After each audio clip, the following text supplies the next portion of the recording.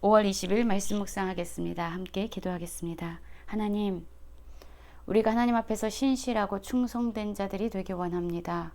하나님께서 맡겨주신 일을 성실함으로 감당하게 하시고 작은 자의 소리에도 귀를 열고 경청할 수 있는 겸손한 심령을 주시옵소서. 예수님 이름으로 간절히 기도했습니다. 아멘.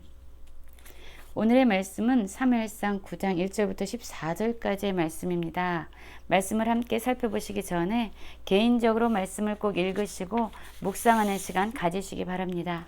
9장 1절입니다. 베냐민 지파의 기스라 이름하는 유력한 사람이 있으니 그는 아비엘의 아들이요 수롤의 손자요 베고라스의 증손이요 아비아의 현손이며 베냐민 사람이더라. 기스에게 아들이 있으니 그의 이름은 사울이요 준수한 소년이라. 이스라엘 자손 중에 그보다 더 준수한 자가 없고 키는 모든 백성보다 어깨 위만큼 더 컸더라 라는 말씀으로 시작하고 있습니다. 우리는 어제 말씀을 묵상하면서 이스라엘 백성들이 그들의 진정한 왕이신 하나님을 버리고 다른 이방 나라와 같이 눈에 보이는 왕을 달라고 요청하는 그런 안타까운 모습을 보았습니다. 그리고 하나님께서는 그것을 허락하십니다. 오늘 9장의 말씀을 보면은요, 하나님께서 예비한 사울이라는 사람이 등장합니다. 이 사울은요, 베냐민 지파의 사람이었고요. 그 중에서 특히 유력한 사람, 기스라는 사람의 아들이었습니다.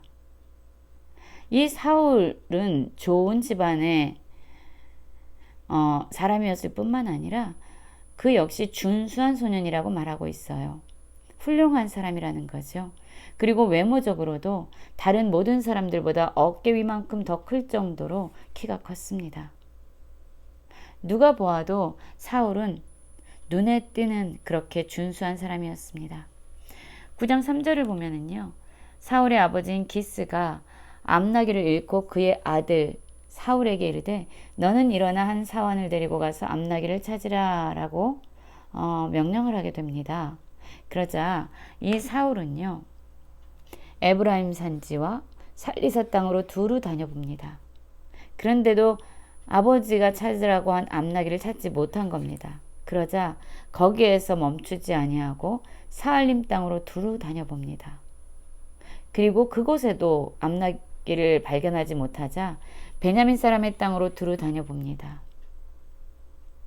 그리고 숲 땅까지 이르게 되죠.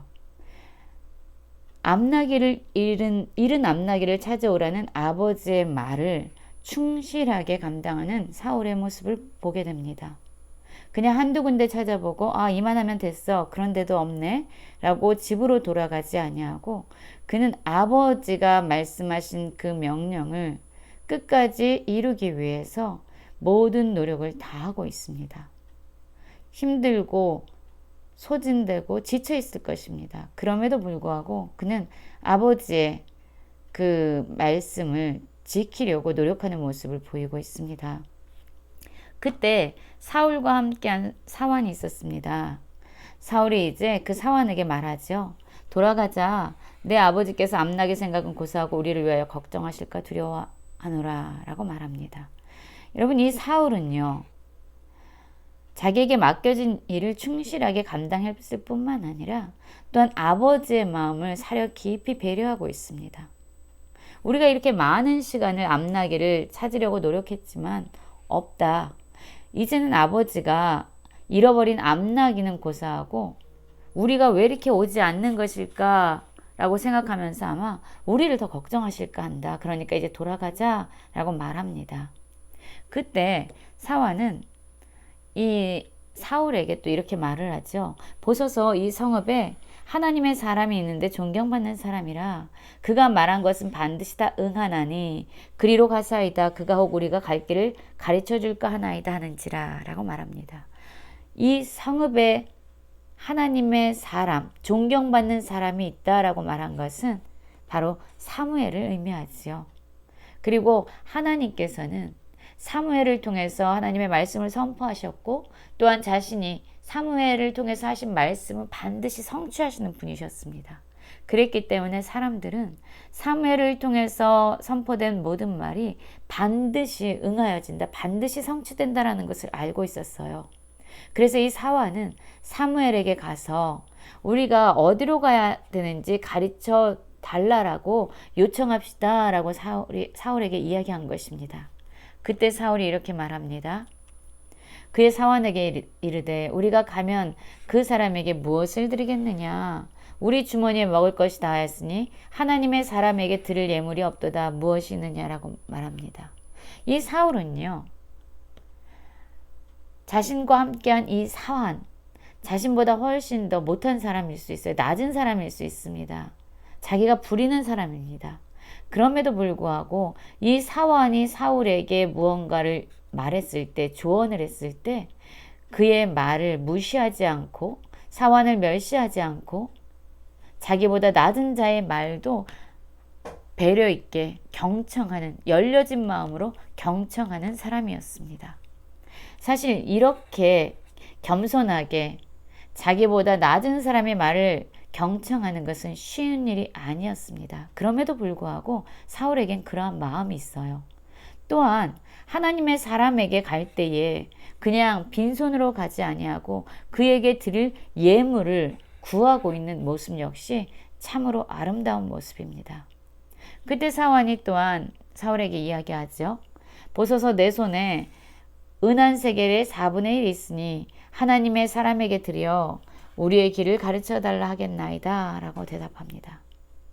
그래서 이제 사울은 사환의 말이 옳다라고 인정한 이후에 가자, 그리고 그들이 하나님의 사람이 있는 성으로 가기 시작합니다.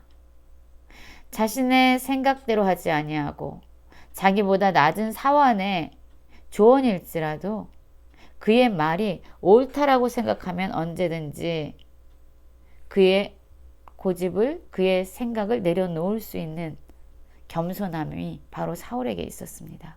그리고 사울은 사환의 요청에 따라서, 그의 조언에 따라서 하나님의 사람 사무엘이 있는 성읍으로 함께 걸어가기 시작합니다. 그때 그들이 성읍을 향한 비탈길로 올라가다가 물길로 나오는 소녀들을 만나게 되죠. 그리고 그들에게 선견자가 어디 있느냐라고 묻습니다.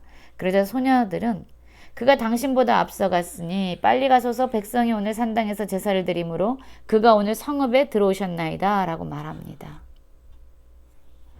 소녀들을 만나서 그 여인들의 대답을 통해서 그가 어디로 가야 되는지, 빨리 산당에 제사 드리는 곳으로 가야 된다는 것을 알게 되죠.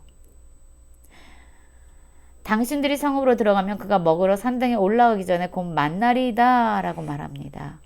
그가 오기 전에 백성이 먹지 아니하니 이는 그가 재물을 축사한 후에야 청함을 받는 자가 먹음이니이다. 그러므로 지금 올라가소서 곧 그를 만나리이다 라고 말합니다. 그러자 그 소녀들의 대답에 따라 그들 사울과 사환은 성읍으로 올라갑니다. 그리고 그리로 들어갈 때에 사무엘이 마침 산당으로 올라가려고 마주 나왔다라고 얘기합니다. 이 마침은요, 마치 우연히 사울과 사무엘이 만나는 것 같지만 이들의 만남 가운데는 이스라엘 왕을 요구하는 이스라엘 백성들에게 왕을 세우고자 하는 하나님의 개입하심과 간섭하심이 있었던 것이죠. 오늘의 말씀을 보면은요, 사울은 참으로 겸손할 뿐만 아니라 충실된 사람이었고, 또한 다른 사람을 배려할 수 있는 사람이었고, 또한 사람들의 소리에 경청할 수 있는 사람이었습니다. 하나님께서는 이스라엘의 왕으로, 초대 왕으로 이러한 사울을 준비하고 계셨고, 또한 그를 왕으로 세우기 위해서 사무엘과의 만남 가운데 개입하시고 간섭하시고 역사하고 계셨습니다. 우리의 삶에도 우연처럼 일어나는 일들이 많이 있습니다. 그러나 그 우연 가운데 하나님의 손길이 역사하고 있다는 것을 우리는 기억해야 합니다.